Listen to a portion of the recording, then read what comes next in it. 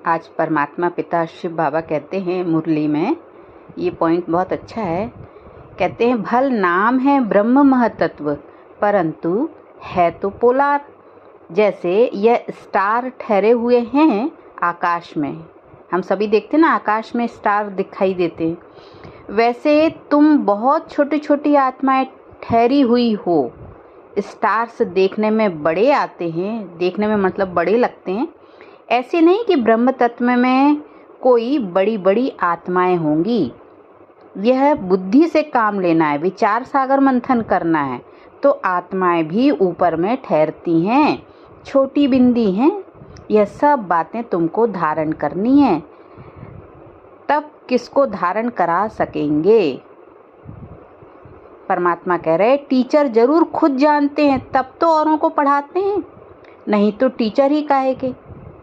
परंतु हम सभी बचपन में जब देखते थे आकाश की ओर तारे जाता हुआ देखते थे, तो हमारे बड़े बुजुर्गों ने कहा, तो सुनते हैं कि कहते हैं ना कि वो देखो वो तारा जा रहा है, उसको देख के कुछ मांगना हो तो मांग लो, टोको नहीं, है ना। तो ये सब चीज़ के पीछे कोई कारण होता था। या बच्चों से कहा जाता था देखो वो तारे हैं ना, वही हैं। जैसे किसी बच्चे के दादा दादी नहीं रहे या माता पिता नहीं रहे, तो उसको ऐसा समझाया जाता था कि वो तारा है ना, वही है तुम्हारे। तो ये कहीं ना कहीं सूक्ष्म में ये उन बुजुर्गों के मन में ये ज्ञान हुआ करता था कि आत्मा स्टार मिसल है, तारे के जैसे है।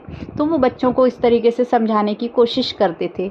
आज के समय में हालांकि ये सब नहीं सुनने में आता है, तो यही बाबा हमें समझा रहे हैं, सिर्फ परमात्मा हमें कह रहे हैं कि आत्मा तारे मिसल है, मतलब स्टार की तरह है, प्रकाश स्वरूप है। तो देखो वही याद आता है कि कैसे हम लोगों को ये सब चीज़ें सूक्ष्म में मालूम होती हैं, लेकिन हम उस चीज़ को इतना नहीं समझ पाते जब तक कि हम ज्ञान नहीं लेते हैं। तो स्टार जैसी है आत्मा, बिंदी स्वरूप है, ये परमात्मा हमें समझाते हैं। लाइट स्वरूप है, ये परमात्मा हमें ज्ञान के द्वारा बताते हैं।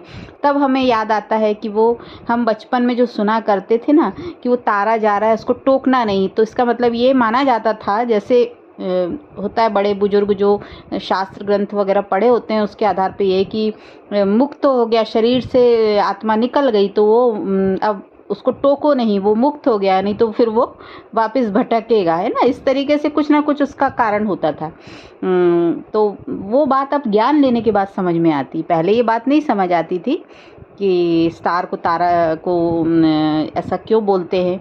लेकिन अब समझ में आया, जब परमात्मा का ज्ञान सुना तो ये बात स्पष्ट होती गई। यही तो बात है परमात्मा के ज्ञान में कि हर बात क्लियर होती जाती है, बुद्धि दिव्य बनती जाती है। ओम शांति।